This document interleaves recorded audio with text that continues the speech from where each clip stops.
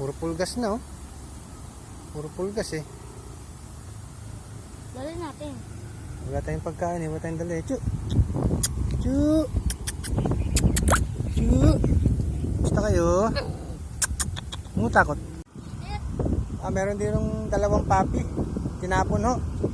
Sabi nung isang taga rito, mukhang kagabi lang tinapon. Ayun, nakausap ko si kuya. May dalang galon. Ginagawa raw tapunan tong lugar na to. Ayun o, dalawa, bago raw to. At saka nag-iikot ako dito, wala naman to dati dito eh. Dine-develop lang tong lugar na to eh, kaya ginagawa pa ng tapunan. Ayun sila oh. Wala akong dalang pagkain, babalikan ko na lang. Pakainin ko. At patulong na lang ho. Tali natin shelter. Ambagan na lang tayo sa pantransport. Kaya pambigay din sa shelter sa may-ari. Salamat ho.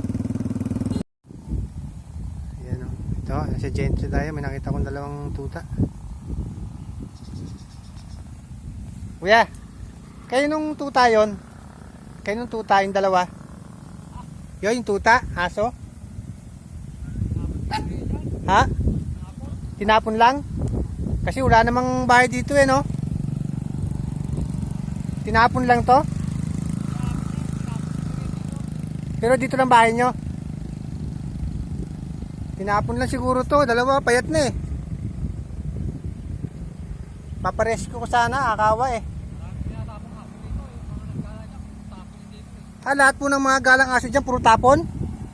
Naku, kawawa naman. Ginagawa pa ng tapunan. Palibasa yung ano pa eh, oh. Wala pang kabayan, oh. Naku, kawawa naman pala mga aso rito. Puro pinagtatapon. Itong dalawa to, bago lang to, no? Kaya, oh, payat na, oh. Walang gutom eh. Kasi nung isang araw, nag-ikot ako dito, wala pa to eh. Oo nga, oh. Kawawa naman itong dalawa na to. Paparescue natin to. Confirm to, confirm. Tinapon. Chu! Basta? Anong takot? Chu!